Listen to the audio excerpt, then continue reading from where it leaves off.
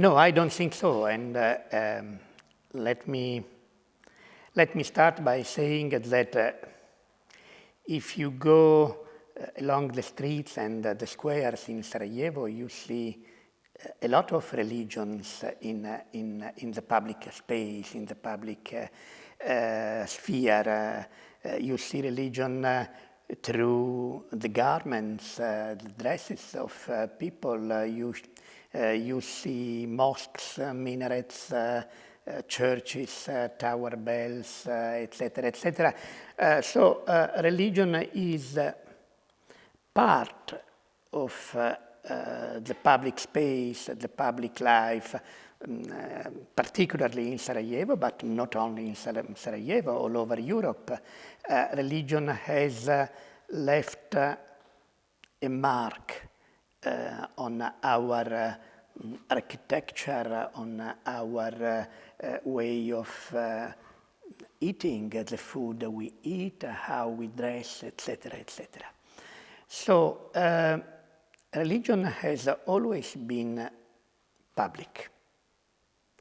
And confining religion to the private sphere, it's a very, in my opinion, ideological position and ideological attempt, in the sense that religion is part of human life, and normally, if I find something good, if I meet something good in my life, I want to tell my friends, look, I found this interesting thing, this good thing, and I want to speak about it to you.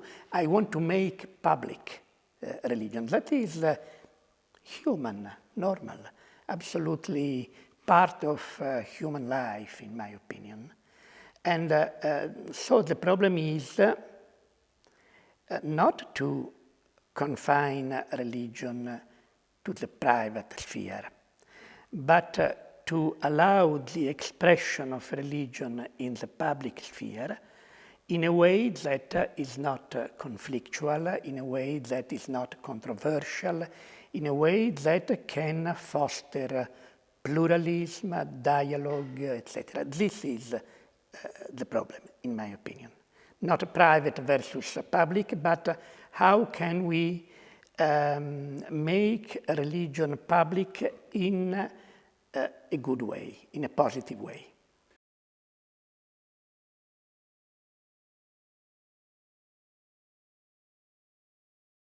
No, I don't think so. Who is afraid of religious freedom? Many people are afraid of religious freedom. For example, people who fear that religion can be divisive, can create divisions within society, and therefore they think that the best way is, I go back to your first question, to confine religion in the private sphere. But there is also a different option. Religion can be divisive, can be conflictual. We have many, the history of this part of the world is an example of how religion can be conflictual and divisive. But in my opinion, the right approach is, in a democratic society, in a liberal democratic society, the right approach is to find the means, the tools to make religion something that foster pluralism without breaking the social cohesion of a country. It is possible. It's not so difficult in a way. One problem is that, that's my personal opinion, religions lost a lot of time before understanding the need of a dialogue among them.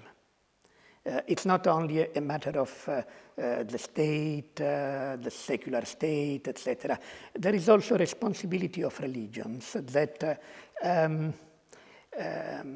learned very late the necessity of getting in touch, opening a dialogue, starting to do things together, that kind of thing. And this is the most important contribution religion could give to a vibrant and pluralistic society, in my opinion.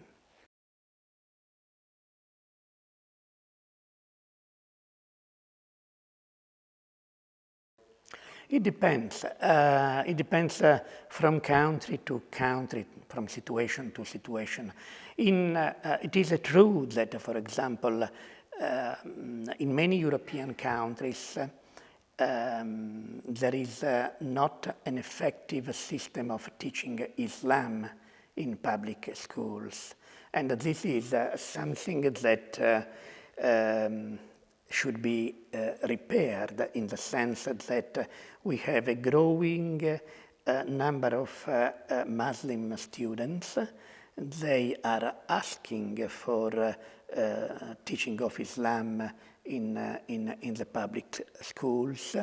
They see that other religions are taught in the public schools, and therefore they feel in some way discriminated because they are not given what is given to other students. That is the problem. The problem needs to be solved. There are many attempts in different European countries with some good examples. For example, Austria is a good example where you have teaching of religion in public schools. In other countries, my country, for example, Italy, the problem is that it's quite difficult to find teachers who are, on the one hand, competent enough to teach the Islamic religion, and on the other hand, are how can I say, expression of the Islamic community, because if you teach Islam, for example, we have in Italy teaching of Catholic religion, but this teaching is controlled in some way by the Catholic Church. So something similar should be done concerning the Islamic communities. In Italy, they are very much divided, so there are also some practical problems. But the bottom line is it is a problem that we need to solve urgently because it is a matter of freedom of religion on equal footing for members of different religions.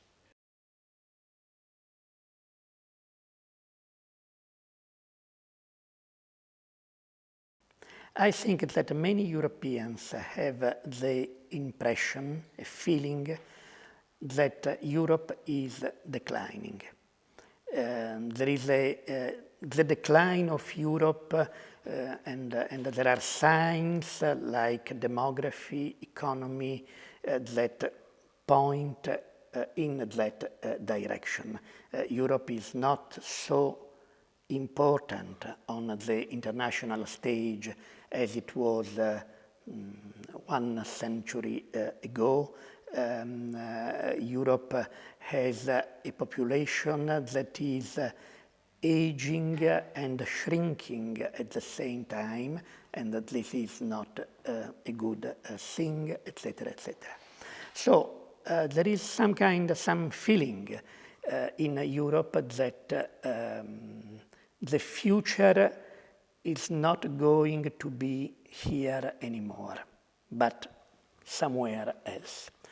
And one consequence of this perception feeling is we need to go back to the roots of the European identity, which in itself is not a bad thing. But it can become a bad thing when this appeal to the roots of the European identity is exploited, as it is exploited in some cases, to leave out, to exclude people who are identified as non-Europeans, people who are identified as people with a different identity. Let me explain at this point a little more.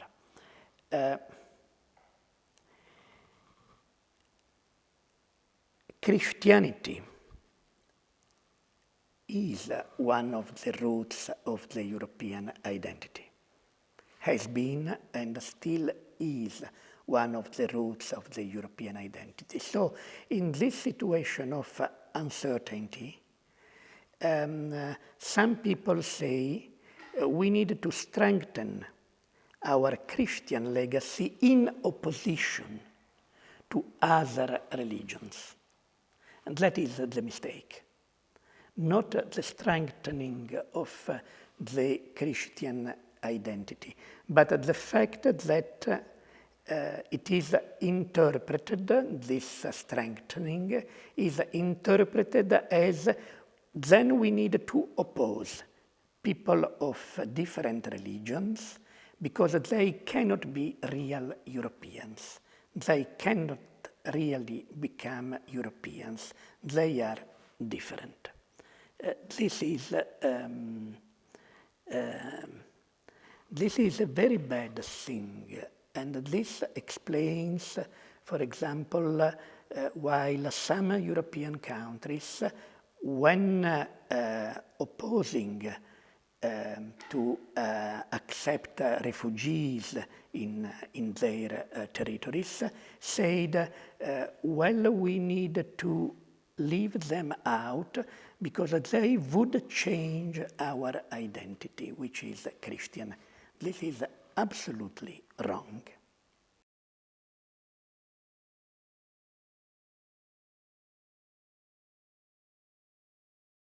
Yes, this is overlooked, underestimated. Can I be a little bit blunt? In some way, it's also your responsibility of Muslims living in the Balkans, because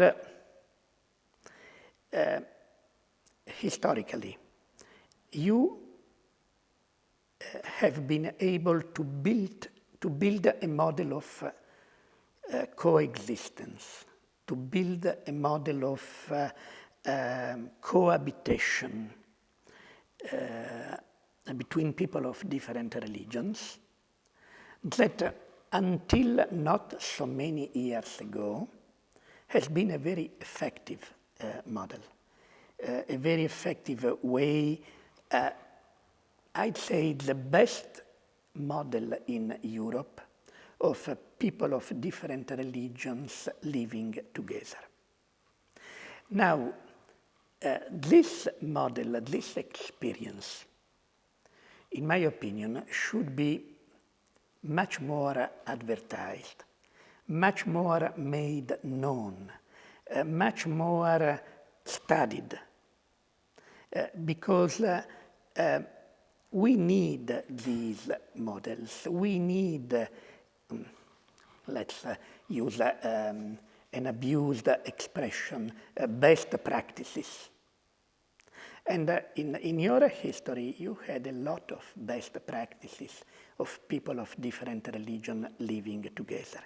That is why I say that in part is your responsibility.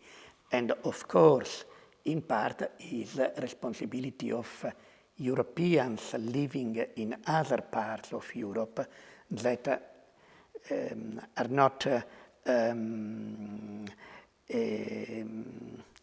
not perceptive enough to understand how much can be learned here still today. I enjoy very much being here in Sarajevo, because here in Sarajevo you go through a square and you see 10 different ways of dressing in the same square, and people accept it as an absolutely natural, normal thing. No, there is no, nobody is how can I say, pay attention to this. It's normal. If you go to a square in Milan and a woman with a hijab cross the square, people turn their head and look at that woman, because it is perceived as something new, something in a way extraneous. So this is what is the value of this experience, and this is what people coming from other parts of Europe can learn coming here.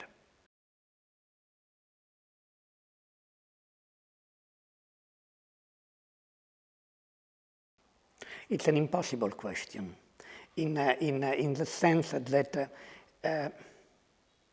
I do not think that there is a best model for Europe. There are many different models that can be more or less suitable to the history and culture of each European country. This is the point I would like to underline. One of the assets of Europe is its internal diversity. Greece is very different from Norway, not only speaking of religion, but speaking generally lifestyle, customs, etc. But they are part of the same continent. What is a good state religion model in Greece could be awful in Norway or in Sweden. So the problem is to find the best suitable model for a given situation. Speaking of Bosnia and saying that I don't know the Bosnian situation well enough to give suggestions, advices, I think that a model based on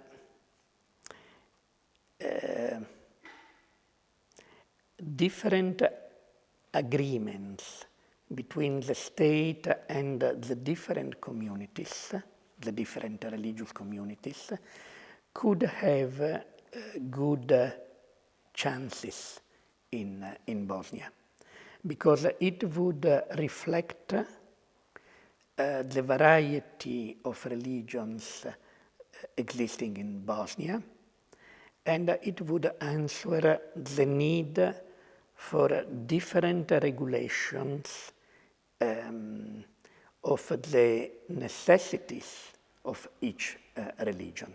That is my impression, but it is the impression of a foreigner who does not want and cannot give suggestions to people who have lived here for centuries.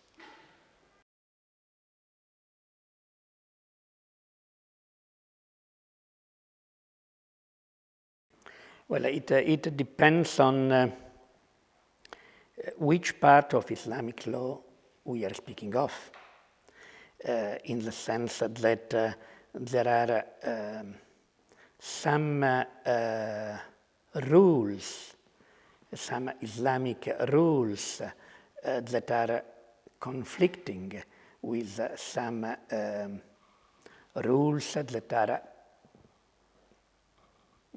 contained in the constitutions of many European countries, and there are some Islamic rules that are perfectly compatible with the European constitutions. So said, I would be in favor of a slightly different perspective. I am a little hesitant to extend to Europe the system of personal laws that we find in many Islamic countries, but also in Israel, also in India, etc., etc. Basically because I see a danger here, and the danger is some kind of compartmentalization of society, that is, division in some kind of closed groups, the same national society. On the other hand, you are right when you say that the growing religious diversity of Europe requires a different approach to this change, to this transformation process. I would be in favor, as far as possible, to enlarge the law, the general law, the possibilities offered by the general law, and to give more options to citizens to choose and pick up these different possibilities offered by the state legal systems, not to a specific category of citizens, Jews, Muslims, Christians, but open to everybody. Maybe if I make an example, it's a little more clear. For example, thinking of family law,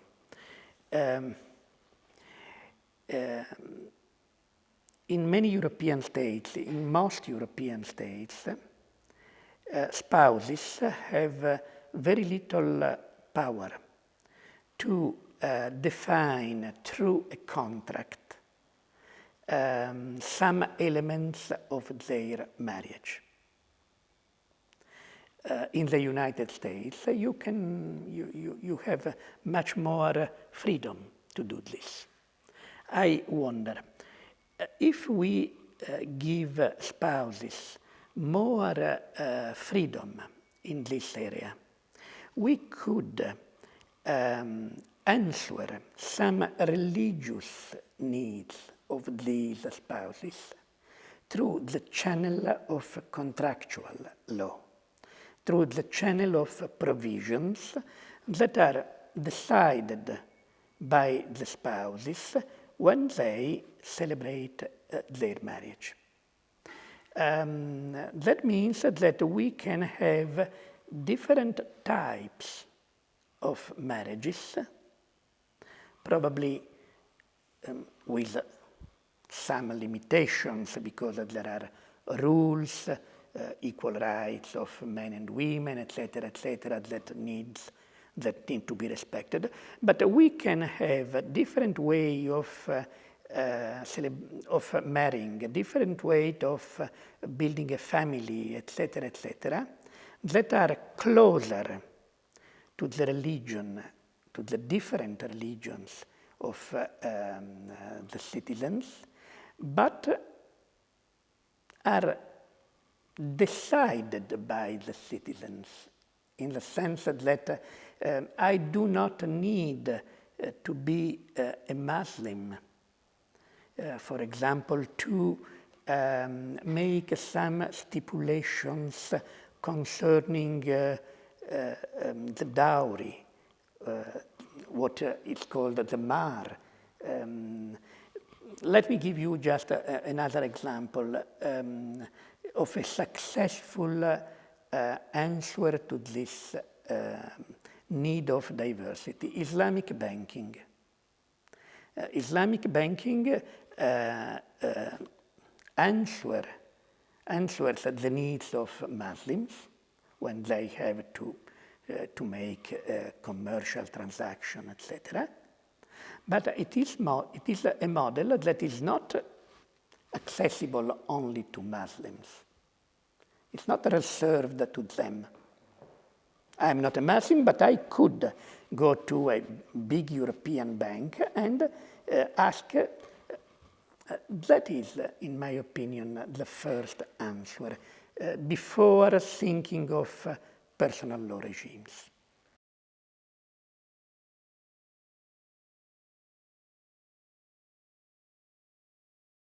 In some cases, they have already found a solution. For example, halal food is provided in many schools, in many hospitals, not in so many prisons. That is a problem. For example, in many European schools, Islamic festivities are in some way celebrated in the sense that the teacher does not speak only of Christmas and does not explain only the meaning of Christmas, but explains also the meaning of Ramadan or the meaning of some Islamic festivities. So in a way we are learning as Europeans to deal with religious difference and therefore to deal also with Islam.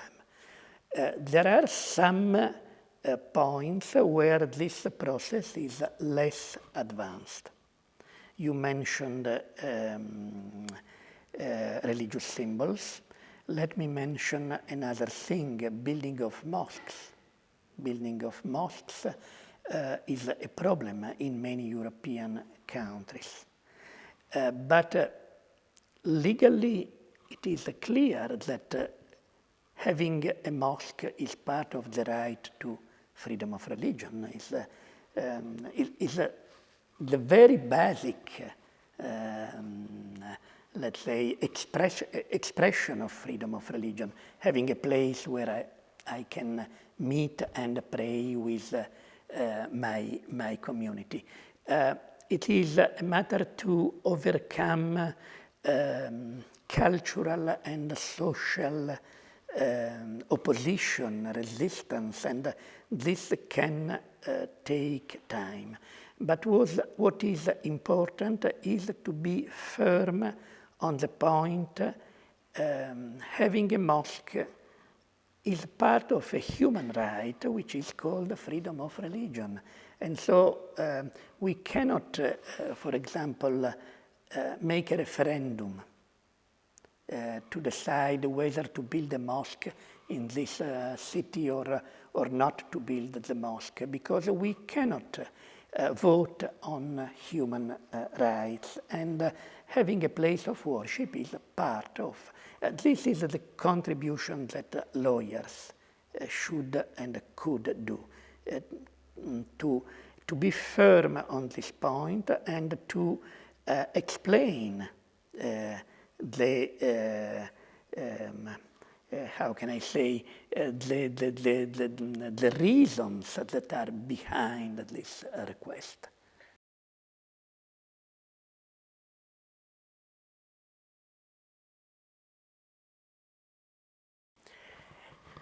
In the long run, I think that legal pluralism will win. That legal pluralism will gain the day. There are many oppositions in the sense that I go back to what I said before concerning identities, etc. In the sense that legal pluralism is sometimes perceived as a weakening of the legal tradition of a country, of the legal values of a country. So there are many oppositions, there is a lot of resistance in this field. But in the long run, Europe is bound to become a religiously diverse continent. We have projections concerning the religious demography of Europe in 20, 30 years, and they all say that the level of religious diversity is going to increase. And legal pluralism is, as far as I can understand, the best answer we have, the best tool, the best legal tool we have today to face this transformation of the religious landscape of Europe. That is why I think that in the long run, this is the direction we should take.